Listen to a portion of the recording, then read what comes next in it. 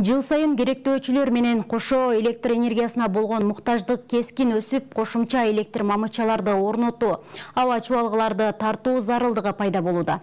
Жалал Абад шаарындагы Көгар дарыясынан баштап Спутник кичи шаарчасындагы Манас көчөсүнө чейинки аралыкка жаңы электр мамычалары курулуп, электр зымдары тартылып жатат. Төмөнкү видео сюжеттен көрө аласыздар.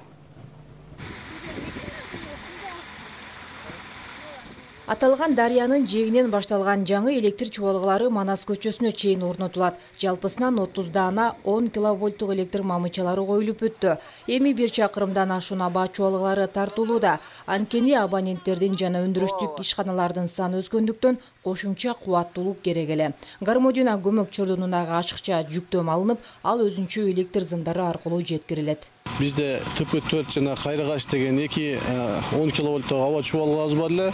Алар акыркы жылдары керектөөчүлөрдүн саны көбөйгөнүнө байланыштуу, өндүрүүчүлөрдүн саны көбөйгөнүнө байланыштуу жүктөм аябай көбөйүп кеткен да.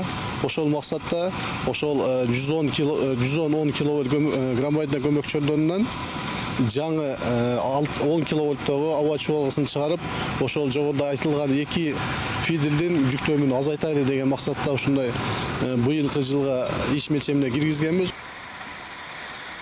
Учурда 10дон ашуун энергетик кызматта ар бирине бөлүнгөн жумуштар бар. Электр жабдууларын орнотуудагы эрежелерге ылайык мамычаларды 2 метр тереңдикте орнотушкан. 1 чакырымдан ашуун чубалгы тартуу же электр тирөөчтөрүнүн орнотуу бир эле күндө бүтүп калбайт. Ошондуктан Жалал Абад шаарында күнүзү өчүрүлүп жаткан электр энергиясы да ушул жумуштарга байланыштуу экенин энергетиктер айтышат.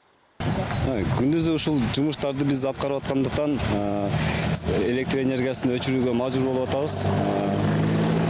Жакын арада ушул жумуштар бүтөт. Адистер токтогул суу сактагычындагы суунун азаюу мезгилинин кезектеги табигый скилинен улам аталган суу сактагычтагы суунун көлүмү төмөндөштү. Ошол эле учурда керектөөчүлөрдүн саны көбөйгөндүгүн айтышууда.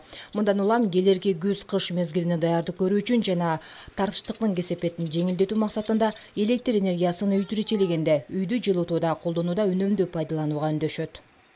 Мүмкүнчүлүктөн пайдаланып, Жалал Абад шаарынын тургундарына биздин керектөөчүлөргө кайрылып кетет элек.